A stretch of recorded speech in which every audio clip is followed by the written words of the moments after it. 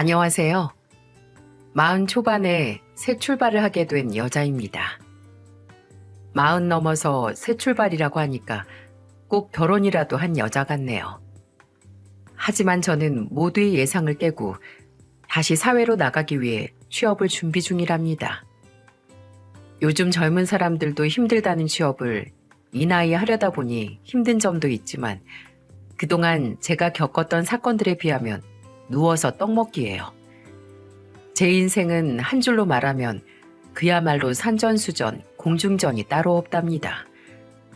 엄살처럼 들릴 수 있지만 제 사연 끝까지 들어보시면 세상에 이렇게 불쌍한 인생도 있구나 하는 말이 절로 나올지도 모릅니다.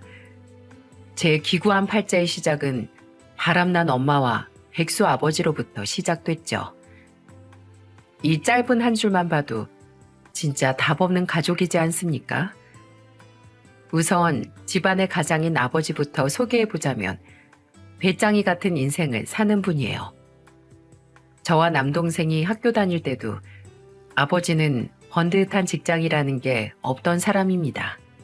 거의 20년 동안 돈도 안 벌고 집에서 잠만 자던 아버지가 돈 벌겠다고 일자리를 찾기 시작했을 때가 언제였는 줄 아십니까?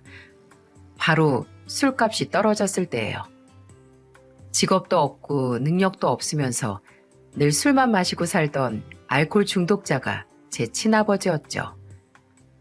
이런 아버지 옆에는 밖에서 놀기 좋아하다 2번이나 바람났던 엄마가 있었습니다. 그래서 한 번은 엄마가 바람 핀다는 걸 알게 된 아버지가 술에 잔뜩 취해서 엄마를 두들겨 팼던 적도 있었어요. 그때 아버지가 엄마를 때리던 모습이 어제 일처럼 생생할 정도로 큰 충격을 받았었죠. 저랑 남동생은 이런 부모 같지도 않은 부모님을 보며 자랐어요. 저런 한심한 부모님을 보면서 절대 저렇게 안 살겠다면서 저는 학교 공부에만 매달렸습니다. 그래서 겨우 대학교에 입학은 했는데 문제는 그 후부터 난관의 연속이었죠.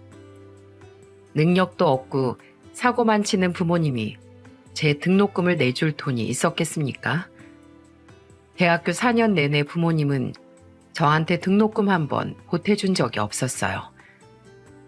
혼자 공부와 아르바이트를 병행하면서 악착같이 모은 돈으로 겨우겨우 등록금을 내면서 다녔죠. 그런데 제가 아무리 아껴도 등록금이 모자라서 결국 휴학을 해야만 했던 때가 있었습니다. 그때 저를 도와준 구세주 같은 사람이 남동생이었어요. 남동생은 고등학교 졸업 후 바로 공장에 취업했고 저한테 선뜻 돈을 건네면서 이렇게 말했습니다. 누나, 이거 받아. 그리고 다음 학기 휴학하지 말고 계속 공부해. 이게 뭐야? 설마 내 등록금이야? 누나라도 번듯한 대학교 나와서 좋은 직장 다녀야지. 네모까지 다닌다 생각하고 이 돈으로 등록금 내. 내 소원이 누나 대학교 졸업장 받는 거 보는 게 소원이야. 고마워. 누나가 이 은혜는 꼭 갚을게. 내가 누나 뒤에서 응원하고 있으니까 힘든 거 있으면 나한테 언제든 말해. 혼자 소갈이 하지 말고. 알겠지? 그래, 고마워. 내가 꼭 졸업장 받아올게. 남동생은 저한테 하나뿐인 동생이자 든든한 지원군이었어요. 아마 저는 남동생이 없었다면 대학교 졸업은 물론이고 지금처럼 살지도 못했을지도 모릅니다. 그만큼 남동생은 저한테 세상에 둘도 없는 각별한 존재였죠. 뒤에서 묵묵히 저를 도와주며 응원해주는 남동생 덕분에 저는 무사히 대학교를 졸업할 수 있었습니다. 대학교 졸업식 때 남동생이 와서 같이 많이 울었던 기억이 나네요. 그렇게 대학교 졸업 후 일반 회사에 입사했고 드디어 남들처럼 살 수 있겠구나 싶었습니다. 그렇게 점차 사회생활에 적응해 나갈 때쯤 저는 친한 지인의 소개로 남편을 만나게 됐어요. 솔직히 남편 첫인상이 호감형 얼굴은 아니었어요. 그래도 호감형 얼굴은 아니었지만 남편의 진중하고 무게감 있던 성격에 반해 연애를 시작하게 되었습니다. 이래서 사람의 외면보다는 내면을 봐야 된다고 하나보다 싶을 만큼 성격이 참 좋았어요. 그러다 남편의 프로포즈로 결혼 준비를 하게 됐는데 걸리는 문제가 있었죠. 바로 시댁이 잘 살아도 너무 잘 산다는 게 큰 문제였습니다. 갑자기 웬 복에 겨운 소리를 하고 있나 싶으신가요? 당장 남편과 저만 비교해봐도 그때 남편은 대기업에 다녔고 저는 일반 회사에 재직 중이었죠. 그래서 저는 걱정스러운 목소리로 남편을 보며 말했습니다. 혹시 어머님이랑 아버님은 예물 예단 따로 생각하는 거 있으셔? 아니, 예물 예단은 생략해도 괜찮다고 하셨어. 너무 걱정하지 마. 우리 부모님 그런 거 따지는 분들 아니야. 그러니까 너무 걱정하지 마. 그래도 예물 예단은 생략해도 된다는 말에 안도했지만 상견례 날짜가 다가올수록 스트레스가 쌓였죠. 솔직히 어느 정도 차이가 나야 걱정을 안 했을 텐데 사는 집부터가 확연하게 다르니까 괜히 기가 죽는 것 같았어요. 백수에 가까운 부모님은 24평 빌라에서 하루 벌어서 하루 먹고 살았는데 그때 시댁은 46평짜리 한강이 보이는 아파트에 살고 있었던 겁니다. 게다가 시부는 대기업보다는 한참 떨어지지만 중견기업 부사장이셨고 집에는 늘 집안일을 해주는 가정부도 있었어요. 심지어 시모는 주부였는데도 집안일을 가정부를 고용해서 살았던 겁니다. 이 정도 집안 차이를 중간에서 제가 감당할 수 있겠습니까? 그러다 정말 걱정이 이만저만 아닐 때 상견례를 하게 됐어요. 시부는 인품이 참 좋은 분이셨는데 그날도 저희 부모님을 보며 칭찬을 아끼지 않으시면서 이런 말을 하셨습니다. 이렇게 곱게 키운 따님, 저희 집안에 시집 보내주셔서 감사드려요. 아, 저희 수연이는 혼자 알아서 컸습니다. 그때 시부의 덕담에 말도 안 되는 소리를 하는 아버지 때문에 얼굴이 다 화끈거렸어요. 안에서 새는 바가지 밖에서도 샌다고 그날 상견례 자리에서 부모님 두 분 다 아주 가관이었답니다. 시부와 달리 조금 까칠했던 시모는 저희 아버지를 보며 이렇게 물었어요. 실례지만 박관사도는 지금 어떤 일을 하고 계시지요? 저는 그냥 노는 게 일입니다. 네? 노는 게 일이라니요? 아, 일이 적성에 맞으셔서 재미있으시다는 말인가요? 세상에 그런 사람이 어딨어요? 저는 그냥 놀아요. 백수예요, 백수. 저는 직접 듣고도 제 귀를 의심했습니다. 그런데 정말로 아버지는 뭐가 그렇게 자랑스러운지 백수라고 당당하게 외친 거예요. 그런데 시모는 곧바로 저희 엄마를 보며 또 이런 질문을 했습니다. 그럼 안사도는 어떤 일을 하고 계신가요? 저는 뭐 이것저것 그래요. 구체적으로 어떤 일을 하신다는 건가요? 사실 저도 거의 반백수나 마찬가지예요. 그때 시모의 표정은 제가 지금도 잊혀지지 않을 만큼 생생하게 기억이 나요. 부모님이 당당하게 백수라고 하는 말을 듣고 어이가 없었는지 시모는 그 자리에서 냉수를 2잔이나 들이켰죠. 세상에 부모가 딸 상견례 자리에서 이럴 수 있는 겁니까? 전 가난한 집안이 아니라 한심한 부모님 모습에 정말로 쥐구멍이 있다면 숨어버리고 싶은 심정이었어요. 그날 시모가 하도 트집을 잡길래 이대로 결혼이 엎어지겠구나 싶었습니다. 하지만 남편이 죽어도 저와 결혼을 하겠다면서 고집을 부렸고 시모는 허락할 수밖에 없었어요. 게다가 시부도 제가 마음에 든다면서 결혼에 찬성하니까 시모는 혼자만 반대할 수 없는 상황이었던 겁니다.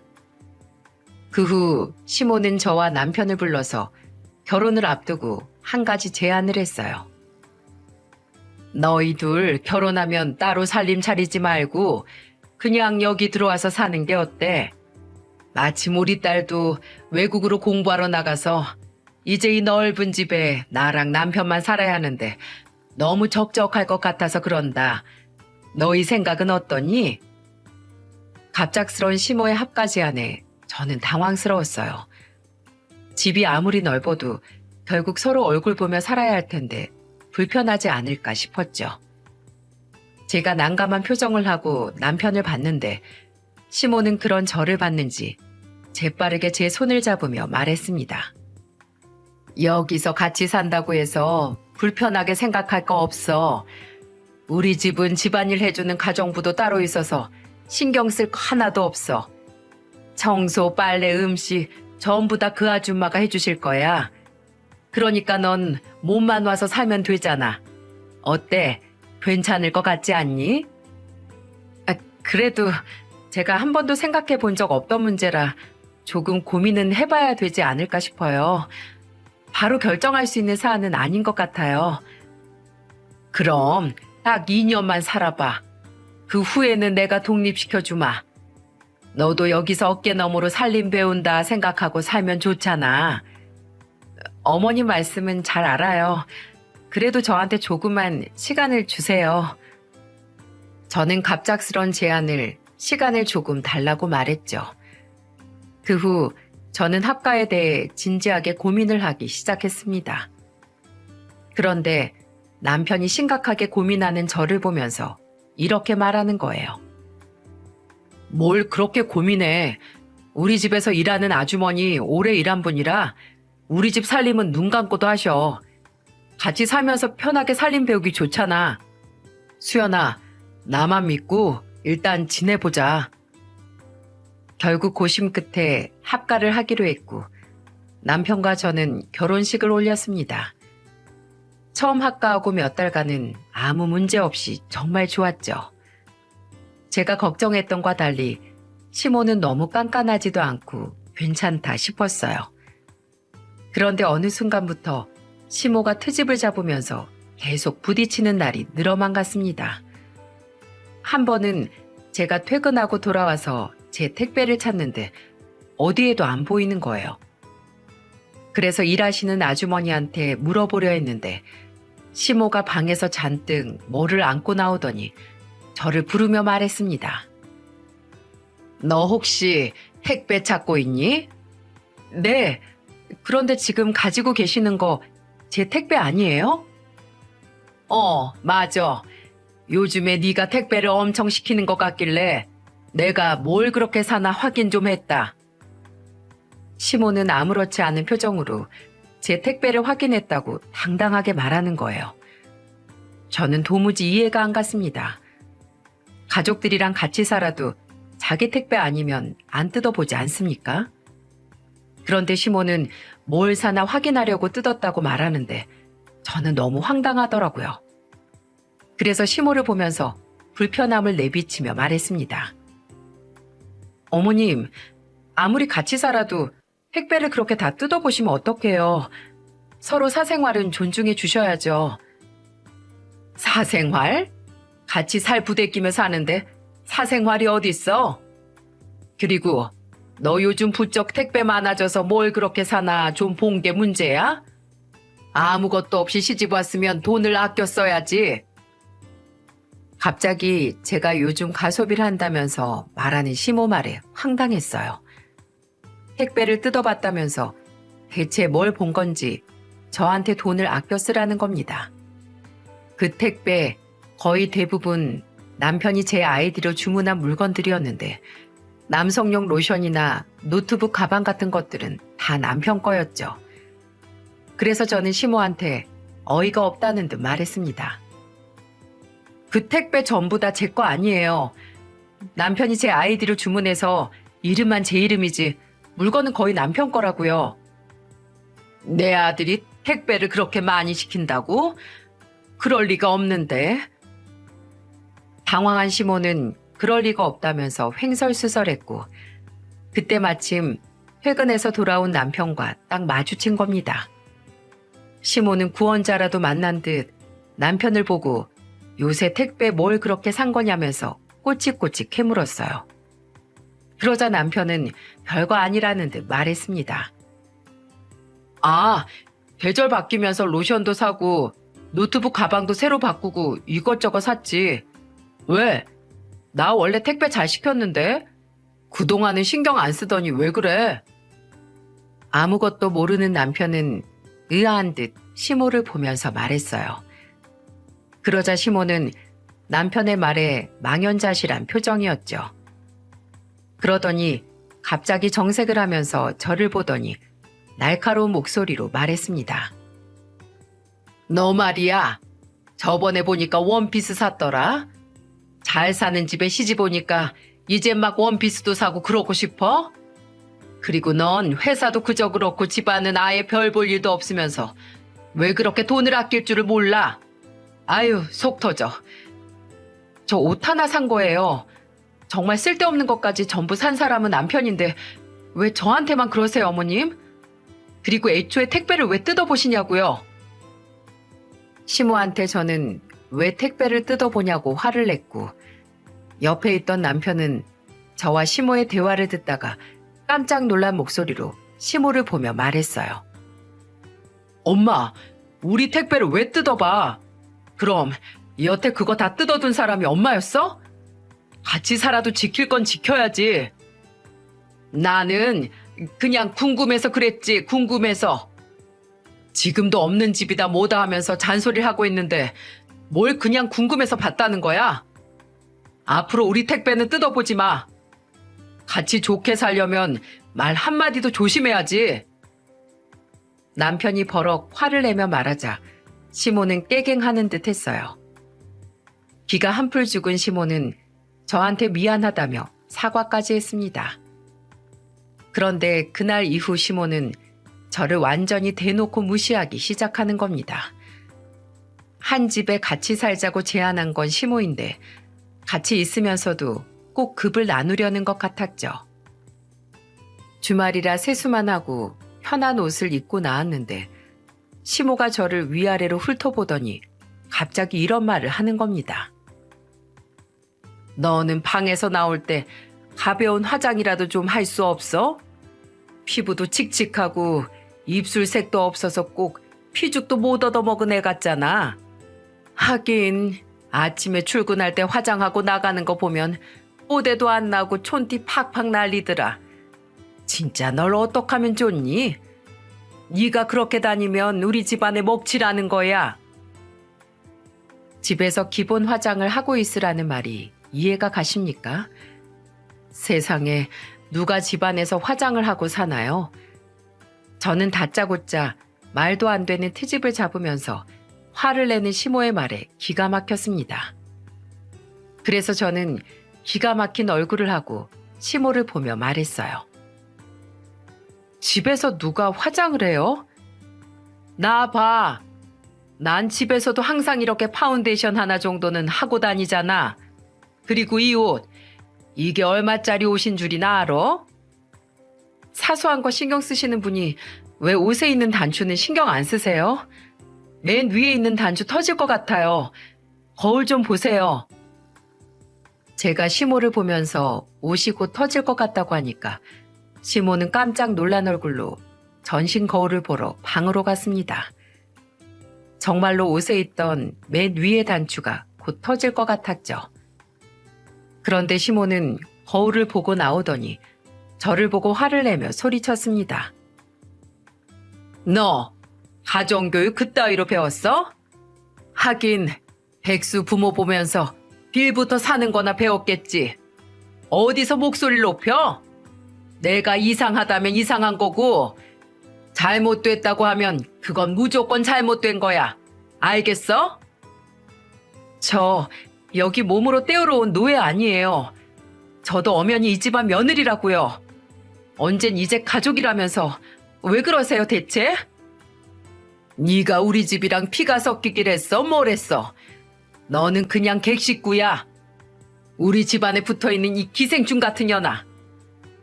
그런데 둘이 소리를 지르며 싸우니까 방에 있던 남편이 그제서야 나오더니 남의 집 불구경 보듯 말하는 겁니다. 둘 다 그만 좀 해요. 시끄러워서 못 살겠네. 그 말에 시모는 약이 오른 채 혼자 방으로 들어갔어요. 그때부터 남편이 방관하는 태도에 저는 불만이 쌓였죠. 난 내가 지킨다는 생각으로 녹음기도 챙겨 다녔습니다. 그야말로 혹시 모를 상황에 쓰려고 생존을 위한 도구였어요. 그런데 어느 날 갑자기 시모는 저를 부르더니 단호한 목소리로 말했습니다. 내일부터 일하는 아주머니 안 나올 거야. 그러니까 너 회사 그만두고 나랑 같이 살림이나 하자. 네? 회사를 그렇게 갑자기 어떻게 그만둬요? 어차피 너 집에서부터 회사까지 멀기도 하고 임신하고 나면 더 다니기도 힘들 텐데 뭐하러 버티고 있어? 지금부터 미리 배운다 생각하고 집에서 살림하는 게 낫지. 이 집 넓어서 나 혼자는 못해. 그러니까 너랑 나랑 같이 해야지. 시모는 내 식구 사는 집인데 혼자서 살림을 어떻게 하냐면서 저한테 회사를 그만두고 집안일을 같이 하라고 하는 거예요. 저는 곰곰이 생각을 해보다가 어차피 제가 회사 다닌다고 고집 부려도 회사 다니면서 살림까지 도맡아 할 것 같았죠. 최악의 상황을 피하려고 회사를 그만두고 시모와 같이 살림하는 걸 택했던 거예요. 이 선택이 제 인생을 흔들어 놓을 줄도 모르고 섣불리 생각한 겁니다. 꼭 창살 없는 감옥에 갇혀 있다는 생각이 들 만큼 하루하루 숨이 막혔어요. 저는 차라리 시모가 약속이 있어서 외출하는 날이 가장 마음이 편했습니다. 그러다 한 번은 점심 약속이 있어서 나갔다 온 시모가 복숭아를 한 박스를 들고 들어오는 거예요. 시모는 복숭아를 선물 받았다고 자랑하더니 저한테 대뜸 검은 봉투를 들이밀면서 말했습니다. 자, 너는 복숭아 말고 이거 먹어. 이게 뭔데요? 저는 시모가 건넨 봉투를 열어보고 깜짝 놀랐어요. 그 검정 봉투 안에는 캔으로 된 황도가 들어있는 게 아니겠어요? 이게 뭔가 싶어서 시모를 보니까 시모는 저를 보면서 비웃으면서 말했습니다. 왜? 너도 복숭아 먹고 싶니? 너 이런 거 먹어도 맛 모르잖니? 너는 저런 박스에 든 복숭아보다 이런 통에 든 황도가 입에 더 잘 맞잖아. 괜히 안 먹던 거 먹으면 병난다. 흙먼지 날리는 빌라에서 살던 애가 갑자기 사는 곳이 바뀌니까 지도 무슨 부자라도 된 줄 아네. 좋은 거 챙겨 먹다가 체하지 말고 먹던 대로 먹고 살던 대로 거지같이 살아. 대체 저한테 왜 그러세요? 그리고 어머님, 이렇게 앞뒤 다르게 행동하는 것도 엄청 없어 보이고 교양 없어 보이는 건 아세요? 뭐야? 너 지금 말 다 했어? 이런 거 어머님이나 드세요. 요즘 세상에 유치하게 누가 먹는 걸로 차별해요? 수준이 딱 어머님 답네요. 제 말에 잔뜩 화가 난 시모가 화를 내며 말했습니다. 이 망할 년이 어디 뚫린 입이라고 함부로 떠들어? 없이 사는 년 걷어줬더니 기고만장한 꼴 좀 봐. 시모가 저한테 악을 쓰면서 화를 냈고 진짜 그 상황도 지긋지긋했죠. 유치하게 먹는 걸로 차별하는 사람이 어디 있습니까? 그런데 저를 더 기가 막히게 만든 사람이 남편이었어요. 그때 시모가 저한테 악을 쓰면서 화냈는데 남편은 그걸 보더니 한숨을 푹 쉬고 못 본 척 나가버렸습니다. 무슨 남의 집 싸움 보듯이 나가버리는데 어처구니가 없더라고요. 그때 시모가 귀가 찢어질 듯 소리를 지르길래 저는 귀찮다는 듯 그냥 방으로 피해버렸어요. 그런데 시모가 그런 저를 보더니 갑자기 제 머리채를 움켜잡으며 소리쳤습니다. 아! 뭐 하시는 거예요? 이 미친년이? 시애미가 말하는데 자리를 피해? 내가 오늘 너 며느리 참교육 좀 제대로 시켜줄게. 정신 나간 년을 봤나? 감히 내 말을 무시해? 진짜 저는 갑자기 머리채를 잡히니까 머릿속이 하얗게 변했어요. 손아귀 힘은 어찌나 센지 저는 도저히 빠져나올 수도 없었고 결국 시모 머리채를 같이 잡았죠. 주방에서 한바탕 난리가 났습니다. 그러다가 결국 제풀에 지친 시모가 포기를 하면서 싸움은 일단락됐어요. 완전히 지쳐서 바닥에 널브러진 시모는 저를 보며 말했습니다. 저 독한 년, 뭘 먹고 걷길래 애가 저렇게 억세. 맨날 저 가진 거 없다고 무시하셨죠? 원래 잃을 거 하나 없는 년이 더 무서운 거예요. 어머님 저보다 더 잃을 거 많잖아요. 그러니까 적당히 하세요. 전 지쳐서 바닥에 널브러진 시모를 보며 이를 악물고 말했습니다. 이 모든 게 결혼하고 1년 반 동안 벌어진 일이었어요. 처음에는 이빨린 소리로 가족이라며 합가하자더니 가정부도 자르고 아예 저를 식모 부리듯 하려는 거였습니다. 어디에 말하고 싶어도 시부는 항상 바빴고 부모님은 관심조차 없었죠. 그때 남편은 뭐라고 했는 줄 아시나요? 저랑 시모 사이에서 본인이 너무 지친다고 말하는 겁니다. 맨날 욕먹고 싸우고 맞기까지 하는 건 전데 왜 본인이 지친다고 하는지 도무지 이해가 안 갔어요. 시모는 심지어 제가 청소기를 돌리고 있으면 저를 따라다니면서 일부러 과자 부스러기를 흘리면서 먹어요. 그래서 제가 그만하라고 소리치니까 아예 제 앞에다가 쏟아버리는 겁니다. 진짜 놀부심보가 따로 없지 않습니까? 시모 행동에 열이 받아 시모가 바닥에 쏟은 과자를 발로 다 밟아버렸죠. 그리고 청소기를 던지면서 말했습니다. 어머님이 이러신 거니까 어머님이 치우세요. 내가 왜? 당연히 네가 해야지. 난 너 이렇게 부리려고 데리고 사는 거야. 근데 네가 일을 안 하면 너랑 사는 의미가 없잖아. 노예가 노예답게 살아야지. 왜 저렇게 말이 많아? 네 시아버지 저녁 집에서 먹는다니까 알아서 치우고 저녁까지 해놔. 시모는 저한테 일을 다 미루고 들어가는데 저는 일부러 시모가 시킨 일은 하나도 안 했죠. 저도 방으로 가서 그냥 쉬어버렸어요. 얼마나 잤는지 밖은 어두워져 있었고 그날 저녁 시부 전화에 잠이 깼습니다. 시부는 전화에 대고 저한테 신이 난 목소리로 말했어요. 우리 며느리 저녁 먹었니? 네? 아니요. 아직이요. 오늘 집에서 저녁 드신다고 하셨죠? 아유, 신경 쓰지 마라. 내가 맛있는 초밥집에서 초밥 사들고 갈 테니까 기다리고 있어. 일하는 분이 없어서 힘들지? 금방 다시 구하마. 힘들어도 조금만 참거라. 내가 바빠서 신경을 못 써줘서 미안하네. 시부는 늘 이렇게 따뜻한 목소리로 저를 위로했습니다. 무슨 일이 벌어지는지 모르는데 꼭 이렇게 제가 듣고 싶던 말을 해주는 분이셨죠. 남편은 제가 시모와 어떻게 지내는지 알면서도 방관했어요. 정말 지칠 대로 지쳐있는 저한테 그날 시부의 말은 큰 위로였답니다. 저는 시부와 짧은 통화를 하고 나와보니 시모가 거실에 그대로 있는 과자 부스러기를 보고는 저를 노려봤습니다.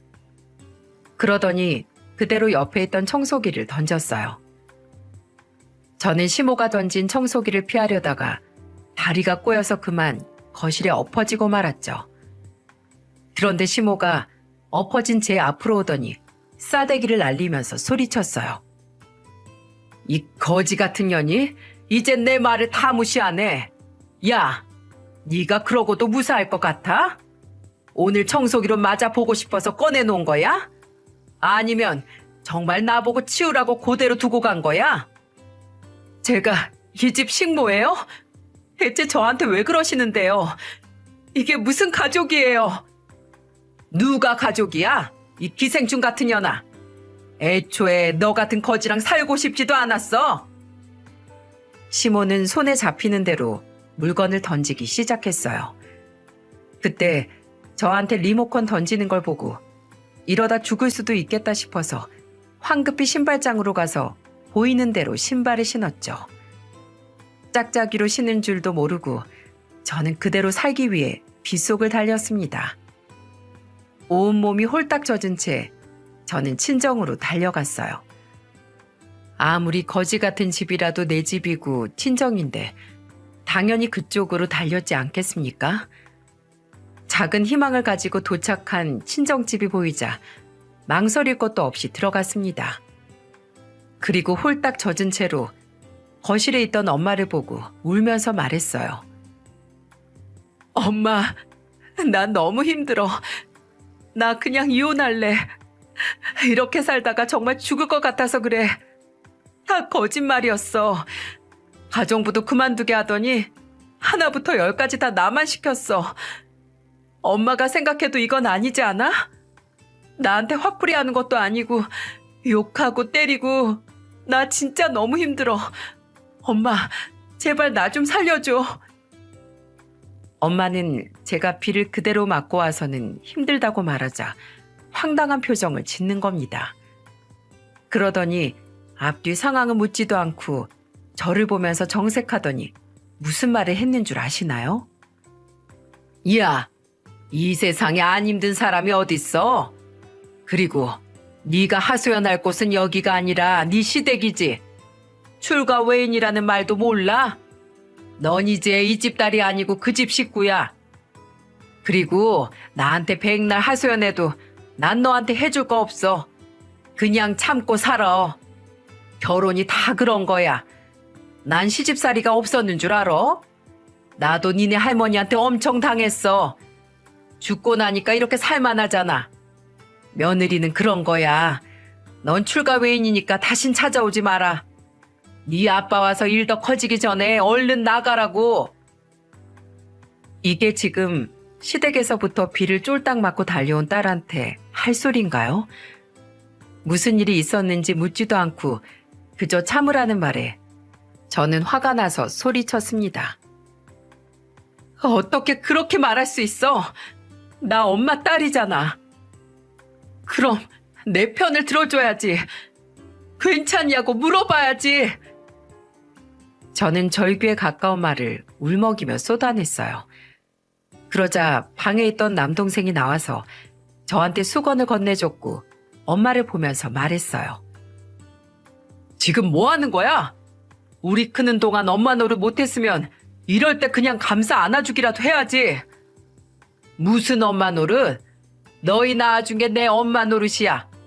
그리고 그게 끝이지. 세상에 내놓기만 하면 됐지. 너희들을 잘 키우기까지 해야 되는 거야? 내가 무슨 신이야? 그날 엄마의 진심을 알고 정말 기가 막혔네요. 낳아주면 부모 할 일은 끝난 겁니까? 제가 그때 엄마한테 바란 건 따뜻한 위로 한마디였죠. 그런데 저렇게 모진 말을 듣고 나니까 세상에 내 편은 하나도 없는 기분이었습니다. 저는 한 이틀을 친정에 있는 제 방에서 아무것도 하지 않고 누워만 있었어요. 그리고 한 이틀쯤 지났을 때 남편이 찾아왔죠. 그러더니 제가 걸어 잠그고 열어주지 않는 방문 앞에 무릎을 꿇고 빌면서 말했습니다. 여보, 내가 미안해. 내가 바쁘다는 핑계로 당신한테 소홀했어. 그렇게 힘든 상황인 줄은 꿈에도 몰랐어. 나 여기서 당신 나올 때까지 기다릴게. 남편은 정말 방문 앞에 꿇고 있었고 열리지 않는 방문에 대고 한참 동안이나 빌었어요. 그러다 아버지가 가져온 비상키로 방문이 열렸고 남편은 제 손을 잡고 울었습니다. 결국 저는 다시 남편과 이틀 만에 시댁으로 다시 갔습니다. 남편은 절대 제 손 놓지 않고 옆에 있어주겠다며 말했죠. 그런데 시댁에 가니까 시모가 거실 한가운데 떡하니 앉아 저를 노려보고 있는 겁니다. 그러더니 시모는 이틀 만에 나타난 저를 죽일 듯이 노려보며 말했어요. 야, 친정에 말하니까 속이 시원해? 근데 친정 식구들이 너 반겨주긴 하니? 내가 네 친정에 그동안 어떻게 했는데 널 반겨주겠어? 저는 시모의 말이 어딘가 이상하게 들렸습니다. 제 친정을 그렇게 무시했는데 뭘 했다는 건지 이해가 안 갔죠. 그래서 저는 시모를 추궁하며 물었어요. 그동안 제 친정에 뭘 하셨는데요? 네? 부모님 찾아가서 욕하셨어요? 아니면 손찌검이라도 하셨냐고요? 그런데 시모는 제 말을 듣고 배를 잡고 웃더니 저를 보고 무시하듯 말했습니다. 뭐? 손찌검 했냐고? 개망신은 우리가 당했지. 부모는 돈이라면 고개를 100번이라도 조아리는데 넌 뭐가 그렇게 잘나서 목에 핏대를 세워? 잔뜩 화난 목소리로 시모가 털어놓은 사실은 충격적이었죠. 진짜 너무 쪽팔려서 그 자리에서 혀라도 깨물고 죽고 싶은 심정이었습니다. 들어보니까 아버지는 시부 회사로 찾아가 다짜고짜 사돈이라고 부르면서 아는 체를 한 거예요. 그러면서 사람들 다 있는 곳에서 시부한테 이런 부탁을 했다고 했습니다. 부사장이라더니 좋은 곳에서 일하고 있었네요. 건물이 이렇게 큰데 청소나 경비 이런 일거리 좀 없을까요? 아니면 주차요원도 괜찮아요. 요즘 입에 풀칠하기 힘들어서 그런데 일자리 좀 줘봐요. 사돈 좋다는 게 뭡니까? 시부는 아나무인으로 일자리 달라고 우기는 저희 아버지를 정중히 밖으로 데리고 나가 이렇게 말했다고 했어요. 사돈, 지금은 일자리가 없고 나중에 차차 생기면 그때 연락드릴게요. 그러니까 불쑥 이렇게 찾아오지 마십시오. 그 대신 얼마 안 되지만 우선 보태 쓰십시오. 그때 아버지가 시부한테 받은 돈이 무려 500만 원이었다는 겁니다. 아버지는 액수를 확인하고는 자존심도 없는지 낼름 받아갔던 거예요. 그런데 시댁에 돈을 받아간 건 아버지뿐만이 아니었어요. 글쎄 엄마마저 시모한테 전화해서 3번이나 돈을 빌려간 거예요. 처음에는 750만 원, 두 번째는 2100만 원, 마지막은 800만 원, 총 이렇게 3번이나 됐던 거죠. 1년 반 동안이나 절 까맣게 속이고 부모라는 것들이 이런 짓을 하고 있던 거예요. 제가 알면 화낼 게 뻔하니까 아예 알리지도 않았던 거고요. 그러니 시모가 저를 얼마나 우습게 봤겠습니까?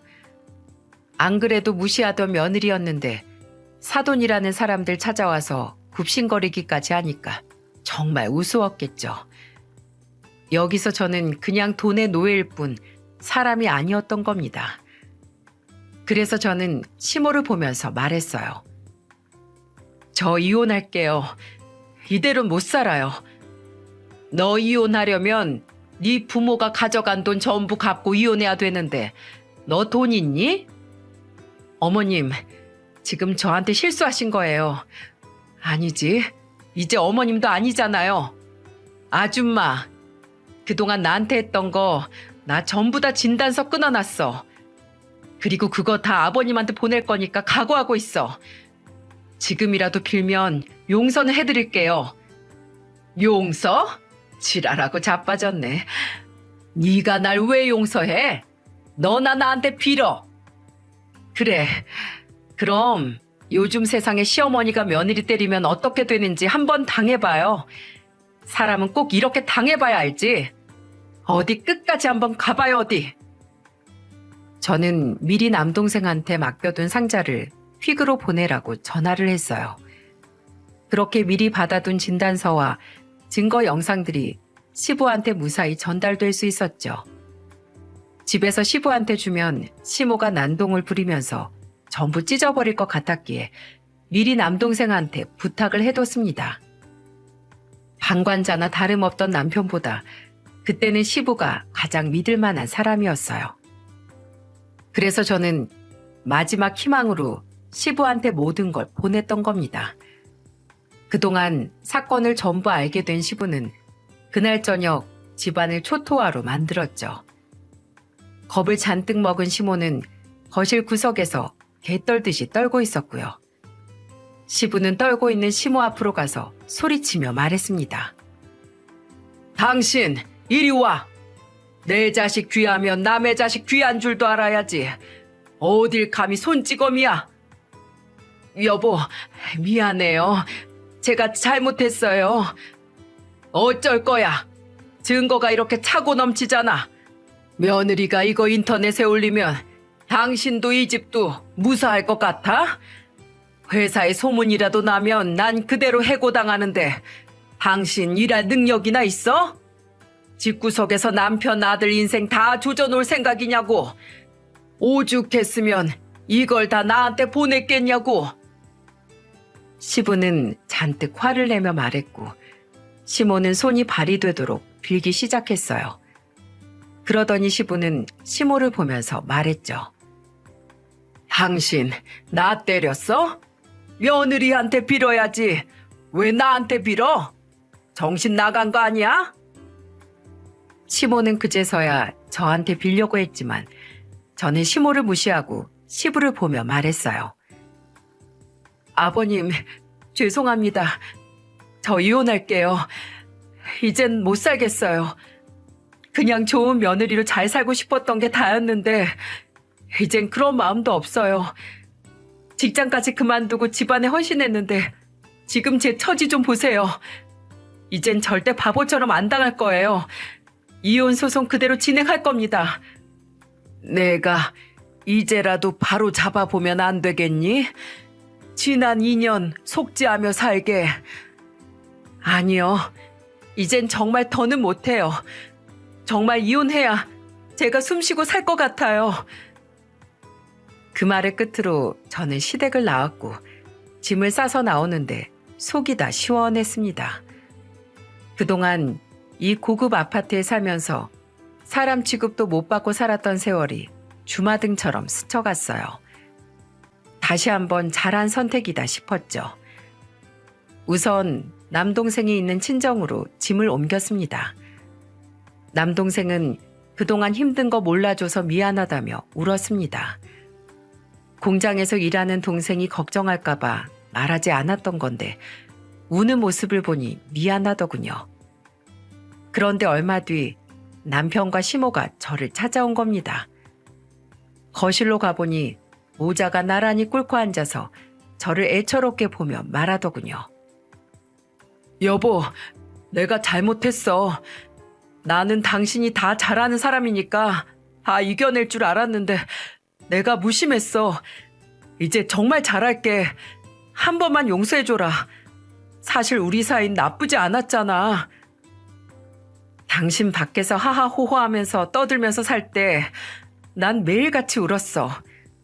근데 그거 하나도 몰라주던 당신 보면서 진짜 이런 인간이랑 못 산다고 100번도 더 생각했어. 이미 끝난 사이 되돌리려고 하지 마. 그만 돌아가. 제가 남편을 매몰차게 거절하자 시모는 돌아서려는 저를 잡으며 말했습니다. 내가 잘못했다. 한 번만 마음 돌려다오. 이렇게 둘 다 이혼 딱지만 붙잖아. 그리고 2년 살고 이혼당하면 우리 아들 꼴도 우습고 남들이 다 손가락질해. 지금 아들 걱정하시는 거예요? 사과도 어쩔 수 없이 하는 거네요. 아줌마, 그냥 더 추해지기 전에 나가세요.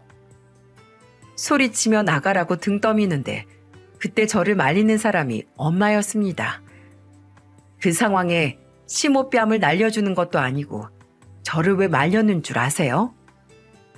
수연아, 이렇게까지 하면 너도 한번 용서해주는 미덕이 있어야지.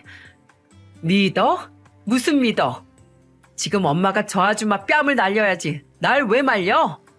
어디서 배운 버르장머리야? 내가 너 낳아서 길러줬으면 부모 은혜를 알고 공경해야지. 어디서 소리 질러? 저는 엄마의 태도에 눈물이 왈칵 났습니다. 그런데 그때 남동생이 화장실에서 세숫대야를 가지고 나오더니 남편과 시어머니한테 물을 끼얹는 거예요. 마른 하늘에 물벼락 맞은 남편과 시모는 소리를 지르며 외쳤습니다. 이게 뭐야? 머리부터 발끝까지 물에 빠진 생쥐꼴이 된 시모와 남편은 물을 닦으려고 애썼어요. 그런데 그때 남동생은 세숫대에 물을 또 떠오더니 엄마한테도 끼얹었습니다. 갑작스러운 물벼락에 엄마도 소리를 지르는데 그 상황에 남동생만 평온했어요. 저는 너무 놀라 벙진 표정을 한 채 남동생을 바라봤죠. 남동생은 쫄딱 젖은 세 사람을 보면서 말했습니다. 니들이 인간이야? 왜 우리 누나한테 그러는 거야? 돈만 있으면 사람 막 굴려도 될 것 같아? 우리 누나가 당신들 봉이야 뭐야? 돈으로 다 얻을 수 있을 것 같지? 천만에 그깟 돈으로 절대 사람 마음은 움직일 수 없어. 그래서 사람인 거야. 싫다는 사람 찾아와서 억지로 있어봐야 마음 안 바뀌니까 당장 나가요, 당장. 그런데 남편 놈이 끝까지 안 나가고 버티자 남동생은 남편을 보며 말했어요. 세숫대야로 맞아야 나갑니까? 당장 나가라고. 어디 한번 던져봐. 아이고, 처남, 미안해. 다음에 올게. 바보 같은 모자가 도망가고 사라지자 혼자 남은 엄마는 남동생을 보며 소리쳤어요. 너 엄마한테 이게 무슨 짓이야? 엄마? 누가 엄마야? 당신이? 바람나서 자식들 팽개치고 나갈 땐 언제고 이제 와서 엄마래? 나 오늘부로 누나랑 나가서 살 거니까 찾지 마. 그때 저한테 흑기사 같던 남동생은 제가 이혼을 준비한다는 걸 알고 미리 작은 빌라를 구해놨더라고요. 이미 부모님 만행을 전부 알았으니 남동생도 마음이 안 좋았겠죠. 남동생이 나가자는 말에 저는 짐을 대충 싸서 남동생을 따라 새 집으로 향했습니다. 남동생과 같이 간 빌라는 방 2개, 거실 하나인 아늑한 곳이었어요. 이제야 정말 내 집에 온 것처럼 편안했죠. 그곳에서 저는 이혼 소송을 시작했고 시부의 제안으로 마지막으로 따로 만나게 됐습니다. 시부는 저를 보며 진지한 목소리로 말하셨어요. 이제는 정말 끝인 것 같다. 네 마음이 그렇다는데 어떻게 돌리겠어. 이혼하고 새 출발해라. 그리고 이건 1억이다. 이건 그냥 내 마음이니까 받아주면 좋겠다. 이혼 소송 위자료와는 상관없으니까 신경 쓰지 말고. 못난 아들 만나서 고생만 시킨 것 같아 미안하구나. 앞으로도 응원할 테니 잘 살거라. 그 마지막 순간에도 시부는 끝까지 제 편에 서주셨습니다. 내 인생에 저런 따뜻한 분을 또 만날 수 있을까 아쉽기까지 했어요. 그리고 그 후 시부는 소송을 길게 끌고 싶지 않았는지 생각했던 기간보다 소송은 짧게 끝났죠. 위자료도 넉넉하게 받아서 그나마 다행이다 생각했습니다. 아이도 없어서 남편과의 유혼은 쉽게 정리됐어요. 오히려 이렇게 쉽게 정리되니까 참고 살았던 인연이 허무하게 느껴졌죠. 이혼하고 광명 찾았다는 말처럼 지금은 남동생과 둘이 잘 살고 있답니다. 그런데 가끔씩 부모라는 것들이 관리비 낼 돈이 없다면서 절 찾아오는 거예요.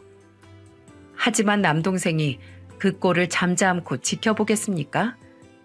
이번에는 들통에 물을 한가득 담아 뿌려버렸습니다. 그리고는 36개 주랭랑을 치는 아버지 뒷모습을 보고 소리쳤어요. 먹고 죽을래도 돈 한 푼 없으니까 같이 죽을 거 아니면 영영 오지 마. 진짜 이게 부모와 자식 사이인지 악연인지 구분이 안 가지 않나요? 정말 원수 같던 부모 등지고 나니까 이제야 살 것 같습니다. 남동생도 진작에 이렇게 살 걸 그랬다면서 속이 다 시원하다고 하네요. 고생 끝에 낙이 온다고 힘든 시간 지내고 나니까 이렇게 사라지는 것 같습니다. 저랑 이혼한 남편 놈은 여전히 회사를 다니면서 살고 있지만 시모는 봉사활동을 다닌다는 소식을 들었어요. 시부가 집에서 한가하니까 이상한 짓을 하는 것 같다고 시부가 정한 봉사 시간을 채울 때까지 봉사를 다니라고 했다는 겁니다. 진짜 시부만이 할 수 있는 발상이라고 생각했죠. 이제는 제 인생에 좋은 사람들만 가득했으면 좋겠습니다. 좋은 친구들도 사귀고 다시 제가 할 수 있는 일자리를 찾아 성실하게 살아보려고 합니다. 제 긴 사연은 여기까지지만 제 인생은 앞으로도 계속 흐를 거예요.